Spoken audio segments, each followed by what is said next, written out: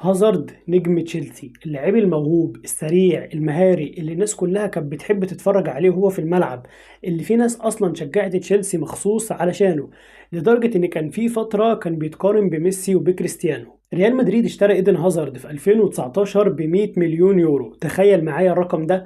وقالوا له ان انت جاي تعوض رونالدو. الراجل ما كدبش خبر وقال لهم حاضر انا هعوض رونالدو، ولكنه يعوض رونالدو الظاهرة.